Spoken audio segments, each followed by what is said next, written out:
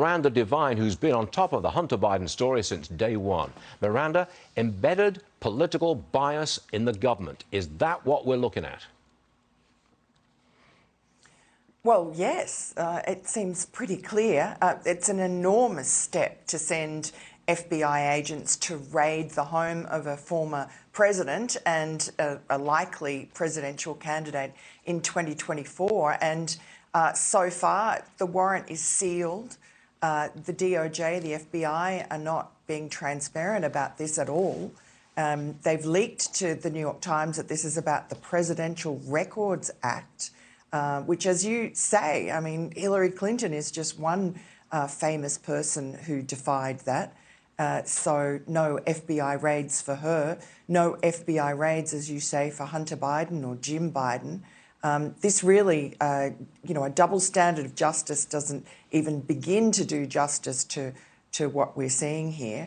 It's extraordinary. It's really damaging for this country. You've got an op-ed, and it reads, FBI Director Christopher Wray is guiding the agency the wrong way fast. What do you mean by that, Miranda?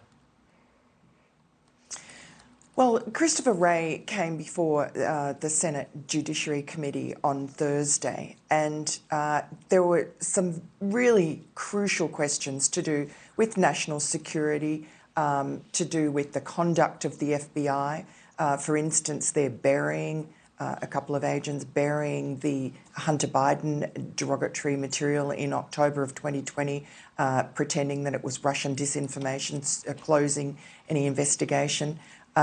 That's disturbing. The problems at the southern border, the Gretchen Whitmer case, the Larry Nassar case, you name it. There are, on both sides, it's a bipartisan concern that there is something very wrong at the FBI. And Christopher Wray, just with his usual supercilious smirk, just battered these questions away and then cut out early.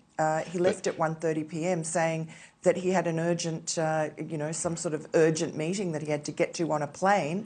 He has a private plane, as Chuck Grassley pointed out. That private FBI plane actually flew that afternoon to the Adirondacks, where Chris Wray has spent his summers at the family home since childhood. We're not going to get into this unless the Republicans win the House in November.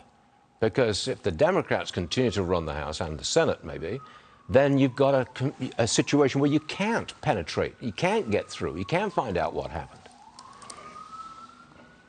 Well, this is crucial, really. I mean, it's up to every American to vote in the November elections.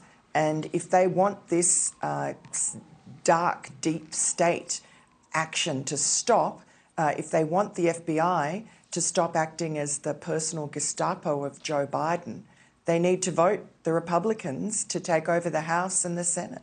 Got it. Miranda Devine, always on top of this story since day one, and that's the truth. Miranda, thanks for being with us.